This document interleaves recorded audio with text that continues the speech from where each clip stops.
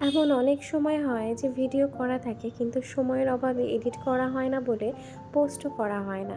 তারই মধ্যে আজকের এই ভিডিওটা। এর মাঝে একদিন দুপুরবেলা আমি ভাইয়ের বাড়িতে গিয়েছিলাম।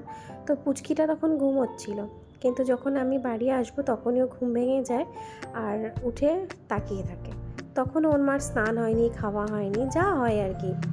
একটা বাচ্চাকে কোলে নিয়ে সব কিছু করা চারটিখানি কথা নয় কিন্তু। তাই ও যখন ঘুমোয় তখন ওর মা রান্নাঘরে যায় বা বাকি সমস্ত কাজ করে।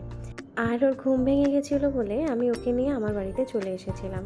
তা আমার ছেলে তো ওকে দেখে ভীষণ খুশি। বনুকে কিন্তু খুব ভালোবাসে, মুখে প্রকাশ করে না, কিন্তু যদি ওকে কখনো জিজ্ঞাসা করা হয় কোথায় যাবে, ও বলবে বনুর কাছে যাব।